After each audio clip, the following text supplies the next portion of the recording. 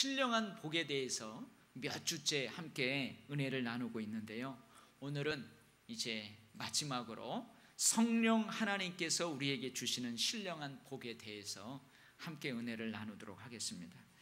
이 에베소서를요, 제가 설교를 준비하면서 읽고 또 읽고 또 읽고 또 읽어요. 그리고 이 개역 개정판으로만 읽는 게 아니고 여러 가지 번역 성경으로 또 읽고 또 읽고 또 읽는데요, 어려워요. 좀 어려워요. 오늘 어쨌든 한번 같이 은혜를 나눠보기를 원합니다. 성령 하나님께서 우리에게 주신 신령한 복이 뭐냐? 첫 번째로 인쳤다는 것. 여러분, 인쳤다는 것이 무슨 말인 줄 아세요? 쉽게 인이 뭐예요? 인이 뭐예요? 네? 도장. 도장이에요. 인을 딱 쳤다, 인쳤다는 말은 도장을 콱 찍었다는 말이에요. 약속의 성령으로 도장을 콱 우리가 받았다 이 말이에요.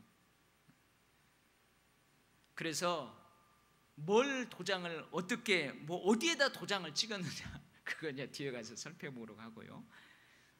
성령께서 우리들한테 도장을 콱 찍어줬다는 거예요. 도장을 콱. 이게 신령한 복이에요. 제가 가끔 그런 얘기를 하죠.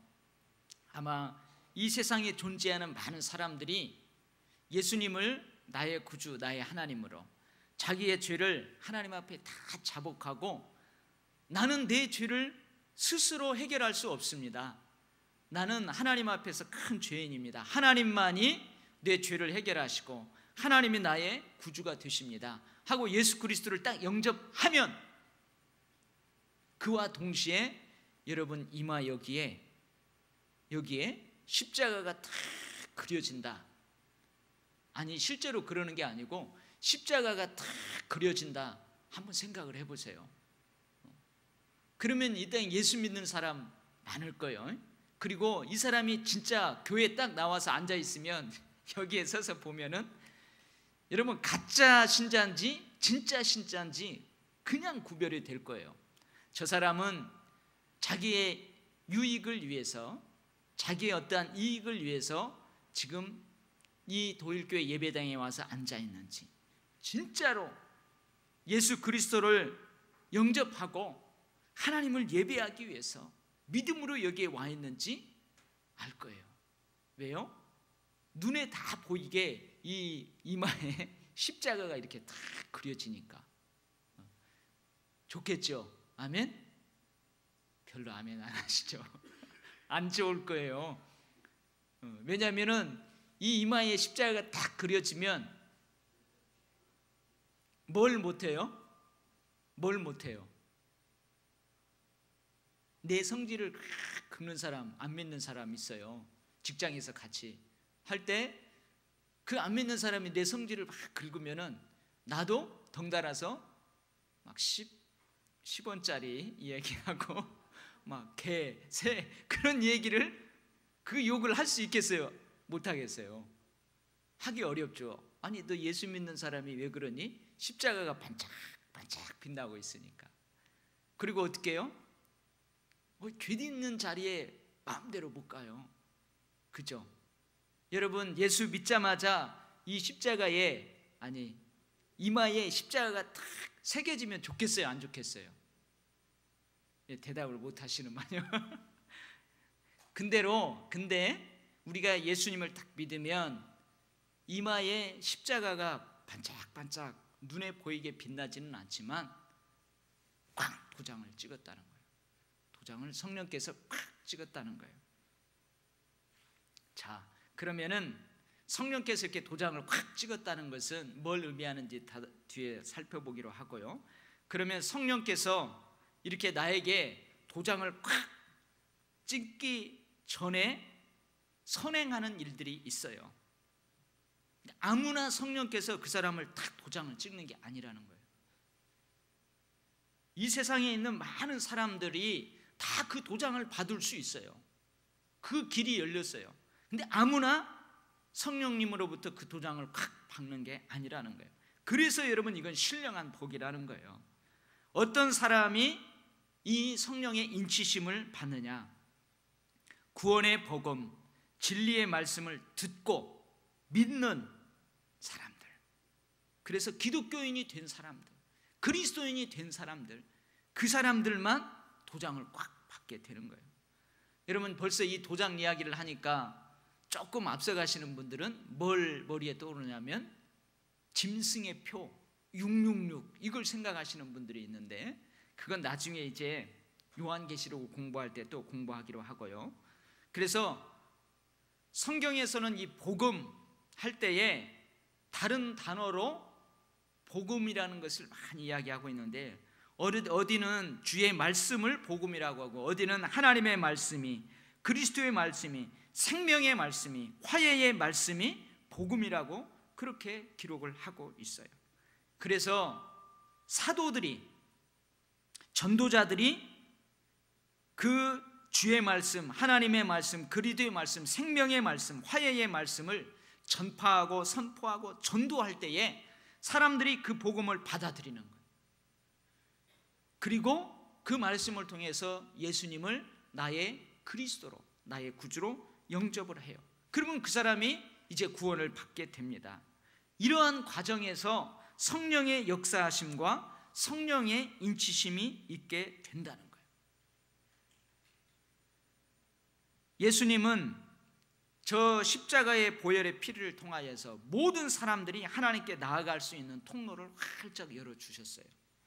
그래서 누구든지 예수 그리스도의 보혈의 피를 통해서 은혜의 보좌 앞에 담대히 나아갈 수 있게 되었어요.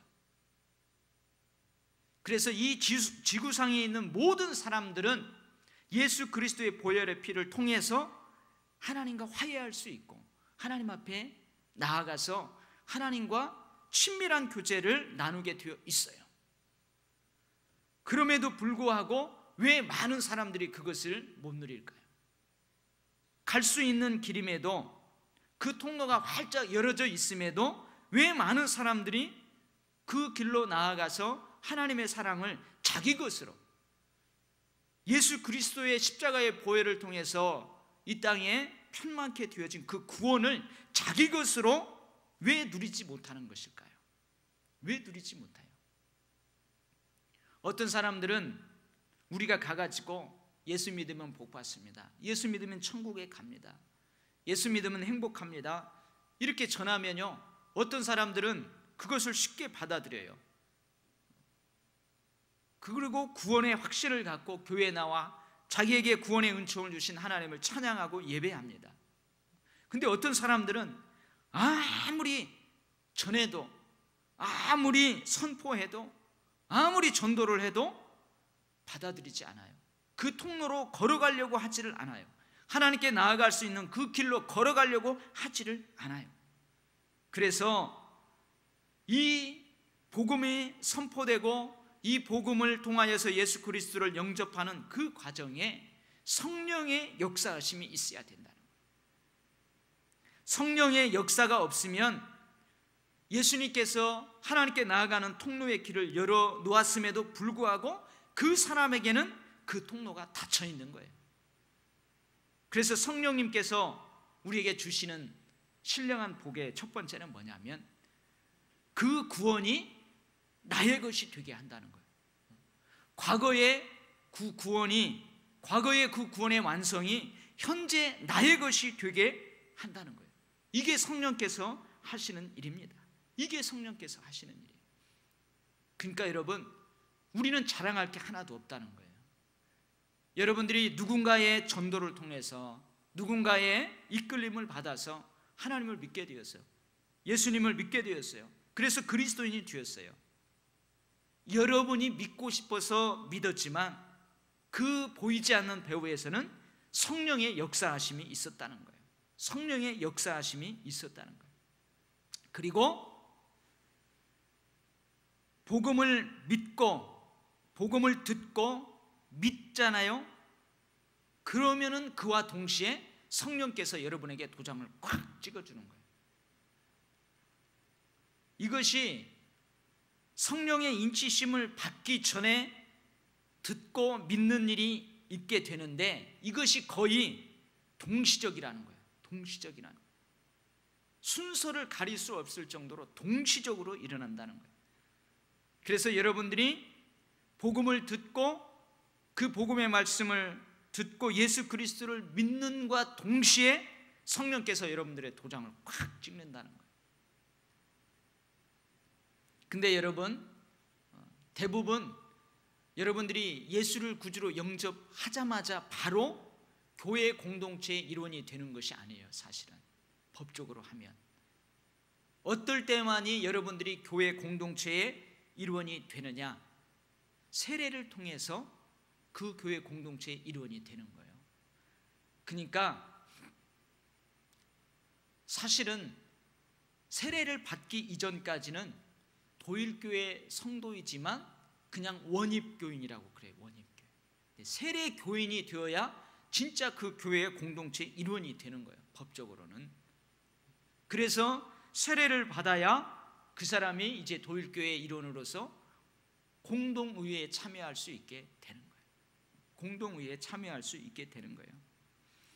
그래서 이 예수 그리스도를 영접하는 것과 즉 성령의 인치심과 세례는 밀접하게 관련이 되어 있습니다.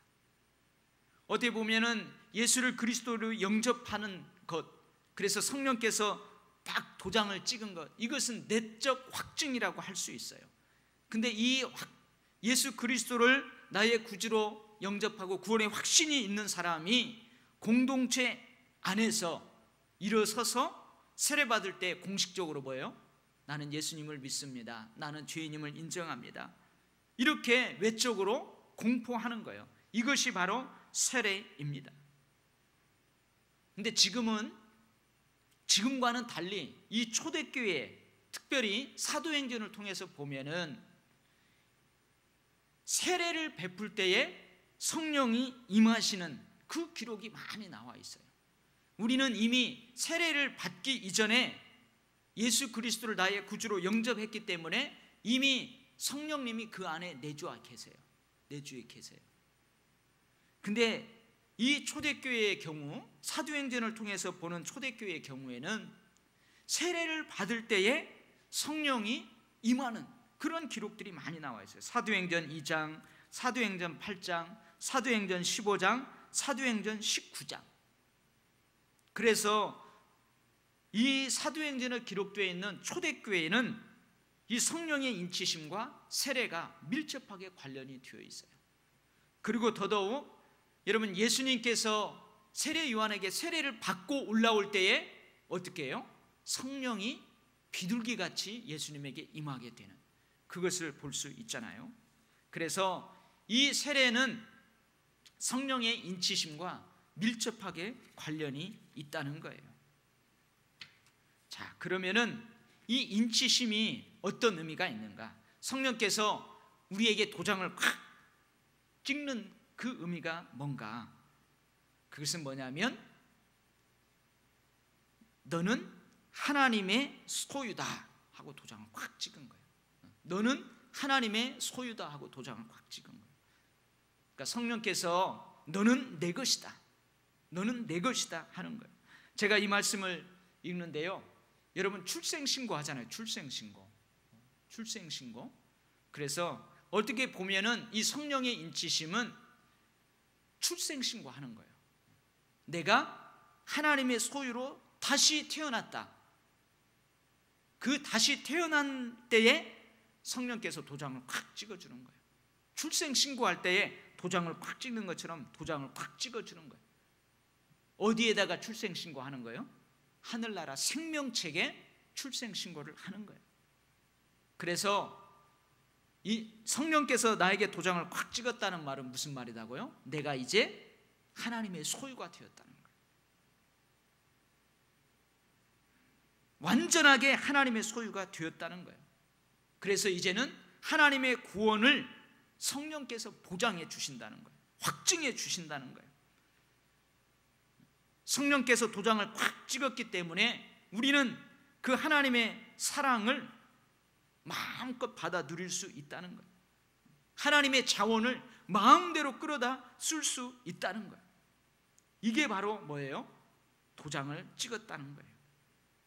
우리는 성령의 인치심을 통하여서 하나님의 백성이 되는 거예요. 출애굽기 용어로 하자면 성령의 인치심을 통해서 우리는 하나님의 백성이 되고 하나님은 우리의 소유주가 되는 거예요. 우리의 보호자가 되는 거예요. 여러분, 성령이 인치기 전까지는 우리가 하나님의 백성이 아니에요. 성령이 인치기 전까지는 하나님이 우리의 보호자가 되잖아요. 우리의 소유주가 아니에요. 근데 성령이 인침과 동시에 우리는 하나님의 백성이 되고 하나님은 우리의 소유주, 주인이 된다는 거예요. 우리 주님이 된다는 거예요. 우리의 보호자가 된다는 거예요. 이것이 바로 인치심의 복이에요. 믿습니까?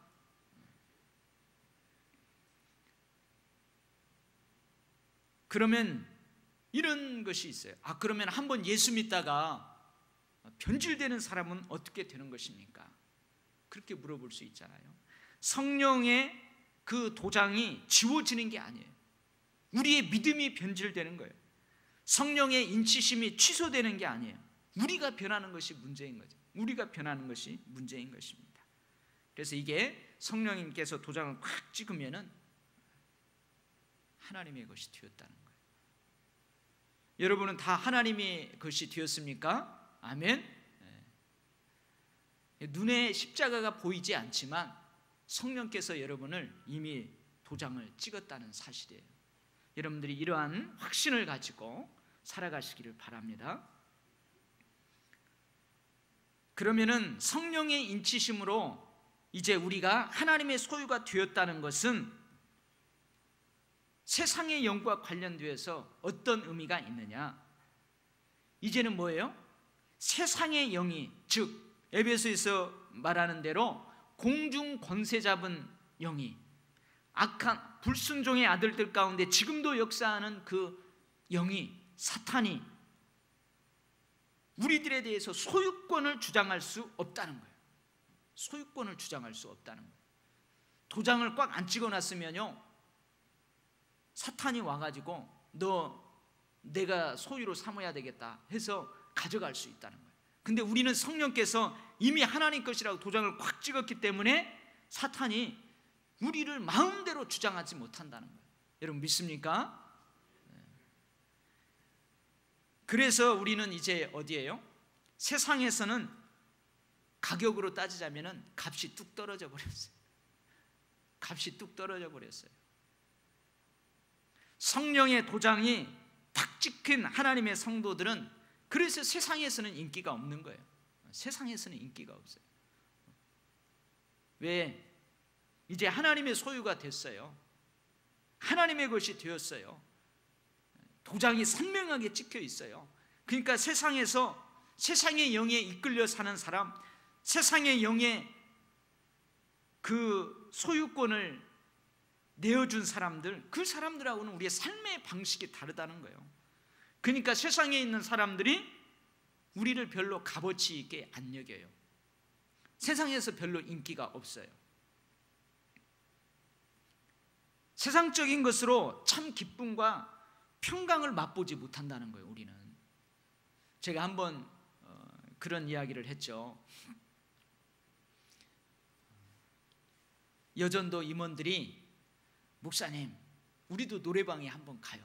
그랬대요. 그래서 다 가는데 노래방 한번 가죠. 그래 뭐 노래방에 가는 게 무슨 죄입니까? 해가지고 성경 공부 다 끝나고 이제 우리말로 하면은 화요일 날 구역 영성 훈련을 딱 끝나고 그 노래방에 한번 갑시다. 뭐 노래방에 가는 게 죄가 아니에요. 죄가 아니에요. 우리 학교 다닐 때는요, 중고등부 때 그 신앙생활 할 때는 유행가 부르면 죄인 줄 알았어요. 그래가지고 교회에서 유행가 못 불러, 집에서도 유행가 못 불러. 요즘 우리 아이들은 뭐 유행가 잘하잖아요.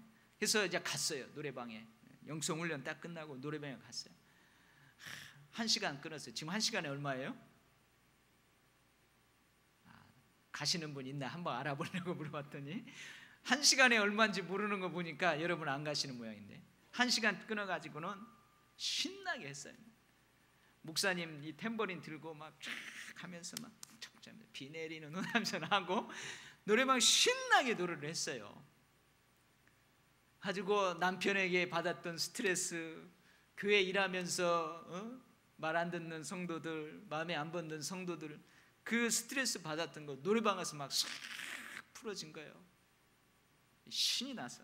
그래서 목사님이 자, 우리 1시간 지났으니까 기도합시다 가지고 노래방에서 탁 기도를 하는데 성도들이 막 그 목사님의 기도가 얼마나 은혜스러운지, 그동안 쌓였던 스트레스로 이렇게 눈물을 흘리며 이 즐거움을 모르고 이렇게 지냈던 우리 성도들, 우리 여전도 회원들을 얼마나 불쌍히 하나님 위로해 주시니 감사합니다 막 하면서 기도를 하고 축도를 탁 했는데요, 거기서 축도를 하셨어요 목사님. 이게 실제 있었던 일입니다.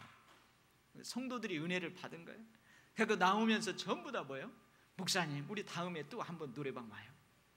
다음에 또 한번 와요. 은혜를 너무 받아가지고 다음에 또 한번 와요.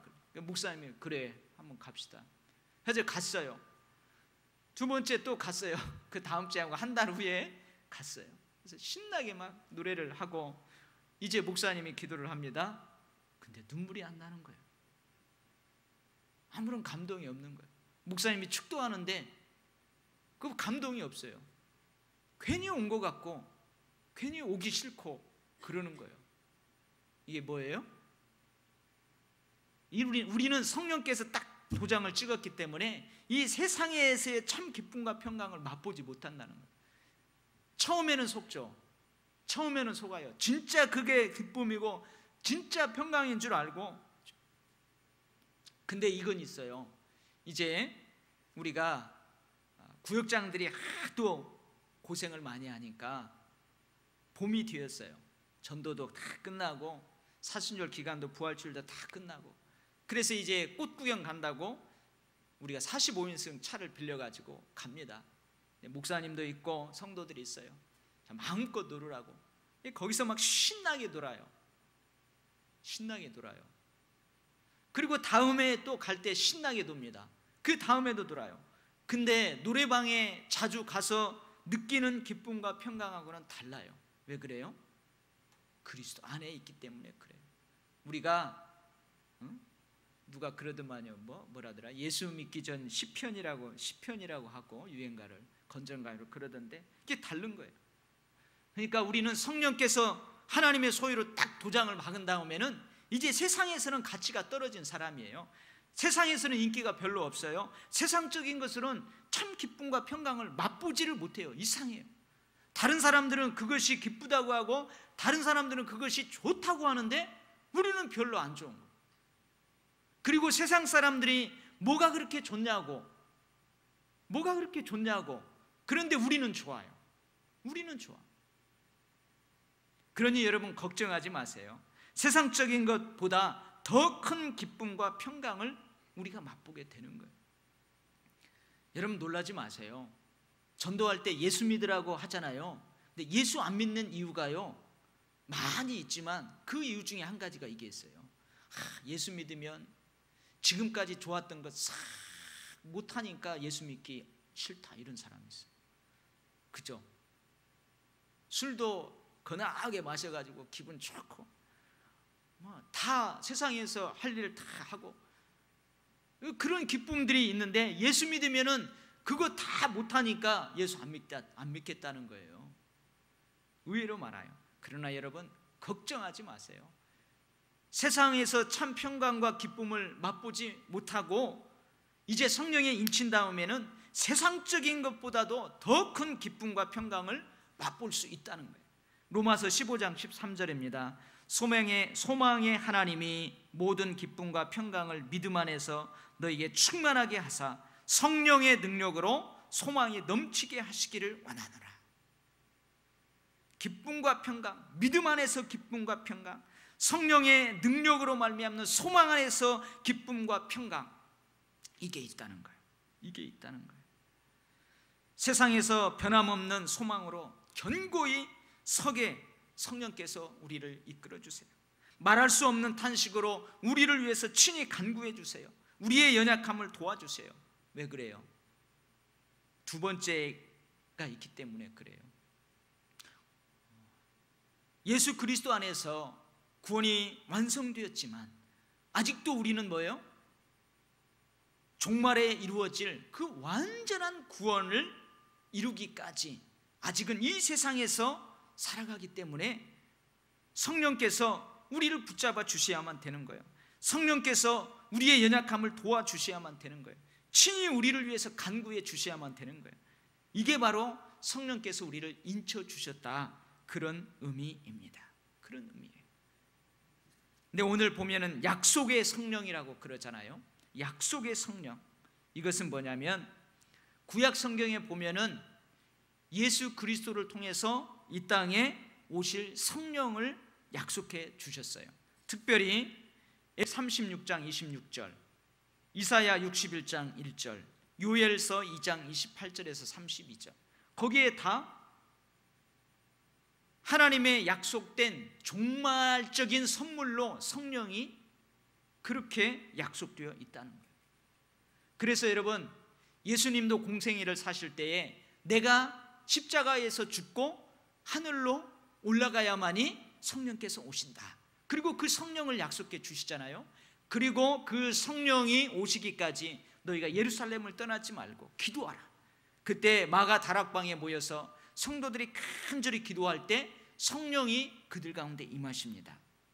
그 임하시는 성령을 뭘로 해석하느냐? 요엘서 2장 28절에서 32절에 그 예언의 성취로 사도행전에서 기록하고 있어요. 그 후에 내가 내 영을 만민에게 부어주리니 너희 자녀들이 장래의 일을 말할 것이며 너희 늙은이는 꿈을 꿀 것이며 너희 젊은이는 이상을 볼 것이며 그때 내가 또 내 영을 남종과 여종에 부어줄 것이며, 이 예언의 성취로 본다는 거예요. 에스겔 36장 26절에 또 새 영을 너희에게 두고 새 마음을 너희에게 주되 너희 육신에서 굳은 마음을 제거하고 부드러운 마음을 줄 것이다. 이 예언의 성취로 오순절 마가 다락방에 임하신 그 성령 강림 사건을 그렇게 해석하고 있는 거예요. 그 약속된 성령이 우리를 인쳤다는 거예요. 그래서 이제는 뭐요? 약속된 성령이 더 이상 약속의 대상이 아니고 이미 오셔서 우리 안에 거하신다는 거예요. 우리 안에 거하신다는 거예요. 그 다음에 이게 이제 성령께서 우리를 인쳤다는 말이고요. 그 다음에 두 번째 14절에 이는 우리 기업의 보증이 되사, 이 말은 뭐냐면 종말론적 구원을 보증해 주신다는 거예요. 보증해 주신다. 여기 이는 우리 기업의 보증이라고 되어 있잖아요. 이 보증이 뭐냐? 이 헬라어가 쓰여 있는데요, 이 원래 뜻은 어떤 뜻이냐면은 상업, 무역, 그러니까 사업을 할 때 쓰는 용어랍니다. 이게 사업할 때 쓰는 용어래요. 그래서 지불금의 일부를 미리 치름으로써 법적인 권리를 갖게 해주는 보증금, 분할금, 약조금, 이거 장로님이 잘 아실 것 같아요. 그 공인중개사 하시는 장로님이 잘 아실 것 같아요. 그러니까 내가 그 보증금을 줌으로, 분할금을 줌으로, 약조금을 줌으로 법적인 소유권, 법적인 권리를 내가 갖는 거예요. 이게 바로 뭐예요? 보증이라는 말이에요. 보증. 그래서 성령께서 우리의 보증금이 되어주신다, 성령께서 우리의 분할금이 되어주신다, 약조금이 되어주신다, 이 말은 뭐냐면 미래에 하나님 나라에서 완전한 구원을 우리가 상속받을 때까지 그것은 너희들 것이다 하고 성령께서 보증해 주신다는 거예요. 미래에 완성될 그 구원, 그것을 상속받을 자는 너다, 그렇게 보증해 준다는 거예요. 이게 바로 성령께서 보증이 되어 주신다, 그 말이에요. 그래서 이 보증은 기업과도 연관이 되어 있어요. 기업. 이 기업은 뭐냐? 미래의 영적인 부활, 미래에 주어질 완전한 구원, 그것을 의미하는 거예요. 우리가 미래의 구원을 보지 못했어요. 우리가 앞으로 부활하게 될 그 부활 보지 못했어요. 그러나 성령께서 그걸 보증해 주신다는 거예요. 성령께서 그걸 믿어지게 만들고 그것이 우리의 것이라는 확신을 갖게 만들고 그런다는 거예요. 성령의 인치심으로 하나님이 우리의 소유주가 되셨어요. 우리의 소유주신 하나님은 우리들을 미래에 완전하게 구원시켜 주십니다. 우리가 요한계시록에서 이야기하는 것처럼 아픔도 눈물도 고통도 없는 온전한 천국을 우리에게 약속해 주셨어요. 완전하게 온전한 천국을 이루신다는 거예요. 성령님은 미래의 완전한 구속의 보증이 되셔서 우리가 그 완전한 구원을 상속받을 그때까지 확신을 가지고 살아갈 수 있도록 해주신다. 여러분, 그래서 여러분들에게 부활의 소망이 있는 거예요. 우리는 죽어도 삽니다. 우리는 죽으면 하늘나라에 가서 영생을 누리게 됩니다. 여러분, 한 번도 가보지 못했고 갔다 와서 우리에게 그것을 막 간증하는 사람이 없어요. 온전하게 간증하는 사람이 없어요. 그럼에도 우리는 죽으면 천국에 갈 수 있다는 확신이 있잖아요. 우리가 죽으면은 하나님 나라에 가서 영원한 영생을 누린다는 확신이 있잖아요. 믿음이 있잖아요. 누구 때문에 그래요? 성령님 때문에 그래요. 성령님이 우리에게 보증이 되어주시기 때문에 우리에게 그런 것이 있는 거예요. 여러분, 이러한 믿음을 가지고 이러한 소망을 가지고 살아가는 것은 이미 복받은 거예요. 여러분, 예수를 믿으면서도 아직도 천국과 지옥에 대해서 확신이 없는 사람이 있어요.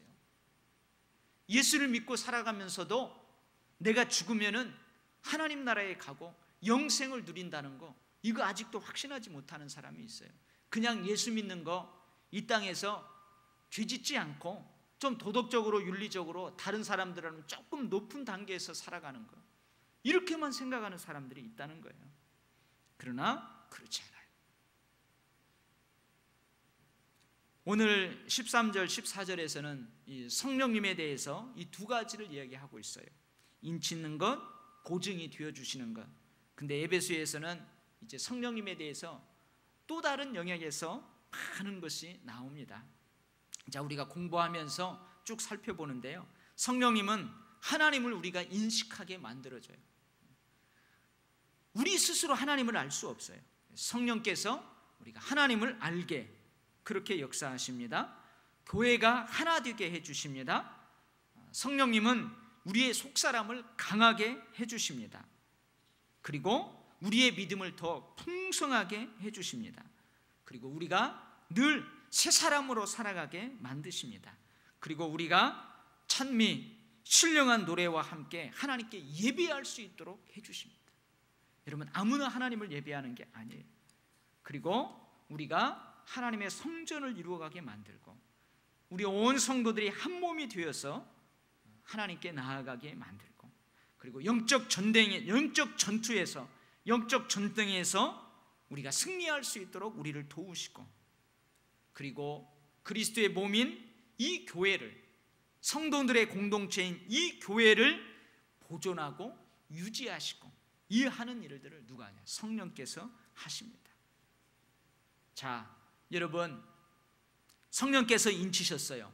성령께서 우리의 보증이 되셨어요. 여러분, 이 설교를 듣고 하나님을 어찌 찬양하지 않을 수가 있겠습니까?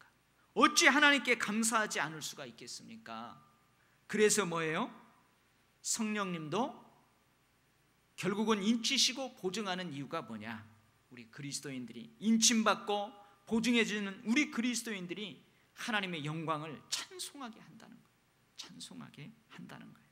이게 바로 신령한 복, 성령 하나님을 통한 신령한 복이에요. 그래서 우리가 3절부터 14절까지 신령한 복에 대해서 쭉 공부를 했어요. 그래서 성부 하나님께서 우리에게 주시는 신령한 복이 있다고 그랬어요. 그것이 뭐냐? 거룩하고 흠이 없게 한다. 거룩하고 흠이 없게 한다. 자기의 아들이 되게 한다. 은혜의 영광을 찬송하게 한다. 이게 성령 하나님이 주시는 우리에게 복이에요. 근데 성령님은 이러한 복을 어떻게 하셨다고요? 계획하시고 디자인하셨다고 그랬어요. 성부 하나님, 성자 예수 그리스도, 성자 예수 그리스도께서 우리에게 주시는 신령한 복도 마찬가지예요. 거룩하고 흠이 없게 한다는 말을 예수 그리스도를 통해서 속량, 죄사함을 받았다는 단어로 바꿔집니다. 자기 아들들이 되게 하셨다, 이것이 기업이 되게 하셨다는 말로 바꾸어집니다. 은혜의 영광에 찬송이 되려 하십니다. 그건 동일하게 나와요. 그래서 성부 하나님께서 계획하고 디자인하신 것을 성자 예수 그리스도께서, 성자 하나님께서 완성하신 거예요. 완성하신 거예요. 그리고 성령 하나님께서는 어떠한 복을 주시냐? 성부 하나님이 계획하신 것을 성자 하나님이 완성하셨는데, 그 완성하신 복을 어떻게 해요? 각자가 누리도록 각자의 것이 되게 인치시고 보증해 주신다는 거예요. 과거에 완성되어진 성자 예수 그리스도를 통해서 완성되어진 그 복을 지금 현재 나의 것이 되게 하는 게 성령님이에요. 그리고 그 완전하게 미래에 완성될 그것을 이미 경험해 보지는 않았지만 이미 완성되어진 그것을 먼 미래에 내 것으로 삼을 수 있도록 하시는 분이 성령 하나님이에요. 그래서 여러분, 성부, 성자, 성령 하나님께서 우리에게 주시는 신령한 복은 다 똑같아요. 거룩하고 흠이 없게, 자기 아들이 되게, 은혜의 영광을 찬송하게, 이 세 가지가 삼위일체 되신 하나님이 우리에게 주시는 축복이에요. 이게 주시는 축복이에요. 근데 예수님이 주시는 축복에 대할 때는 단어를 바꾸는 거예요. 거룩하고 흠이 없게를 속량, 죄사함으로 다시 설명해 주는 거예요. 아들이 되게 하시는 것은 기업이라는 걸로 다시 설명해 주는 거예요. 이 세 가지가 바로 우리에게 주어지는 신령한 복이에요. 차이가 있다면 성부 하나님은 계획 디자인하셨고, 성자 하나님은 완성하셨고, 성령 하나님은 그 완성하신 것이 지금 나의 것이 되게 인치시고 보증한다는 거예요. 이게 바로 하나님이 우리에게 주시는 신령한 복입니다. 설교 끝입니다. 참 어려운 본문인데요, 다 읽어보면 이 세 가지로 압축돼요. 그래서 우리가 성부, 성자, 성령 하나님을 삼위일체라고 하시는 이유가 있어요. 삼위일체 하나님이 우리에게 주시는 신령한 복은 다 동일해요. 그 표현이 다르고 그럴 뿐이에요. 그래서 여러분들은 이미 이 신령한 복을 받았어요. 이미 이 신령한 복을 받았어요. 그니 여러분, 이 신령한 복을 받지 못한 세상 사람들하고 우리하고는 달라야 돼요. 달라야 돼요. 마음 자세도 달라야 되고요, 삶의 패턴도 달라야 되고요, 우리 얼굴도 달라야 돼요. 얼굴도 달라야 돼요. 기쁨이 넘쳐나야 돼요. 여러분, 예수 안 믿는 사람들이 얼굴이 활짝 펴지는데 우리는 막 이렇게 있으면 안 돼요. 얼굴도 달라야 돼요. 늘 웃고 기쁘고 즐거워야 돼요. 아멘. 네, 여러분들 이러한 축복을 누리시기를 간절히 바랍니다. 기도하겠습니다. 하나님 아버지, 감사합니다. 택하시고 예정하셔서 우리를 속량해 주셨고, 우리를 하나님의 자녀가 되게 하셨고, 속량하고 자녀된 그 신분으로 하나님 영광 올려드릴 수 있도록 하신 것, 이것이 하나님이 우리에게 주신 복인 줄 믿습니다. 특별히 오늘은 성령께서 인쳐주셨다, 보증이 되어주셨다, 하나님 이 말씀을 받을 때에 자신감이 생깁니다. 이 세상에 대해서 자신감이 생깁니다. 하나님, 우리에게 잠재되어 있는 기쁨과 평강이 있습니다.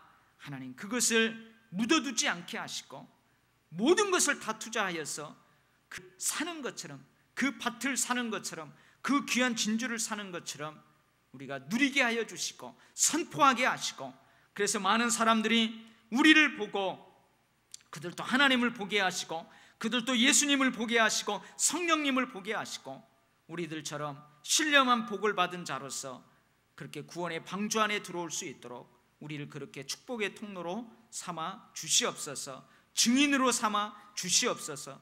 빛과 소금으로 삼아 주시옵소서. 하나님, 우리 교회를 그렇게 사용하여 주시옵소서. 하나님, 인생의 방황 가운데 있는 사람, 신앙의 방황 가운데 있는 사람, 갈림길에 서서 어찌해야 될 바를 모르는 사람들, 우리 도율교회 이 아름다운 성전에 발걸음해서 예배 드릴 때에 그들이 하나님을 만나기를 원합니다. 예수님을 만나기를 원합니다. 성령님을 만나기를 원합니다.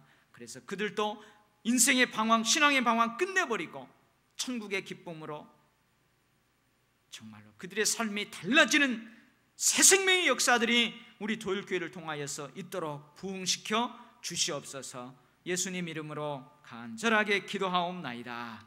아멘.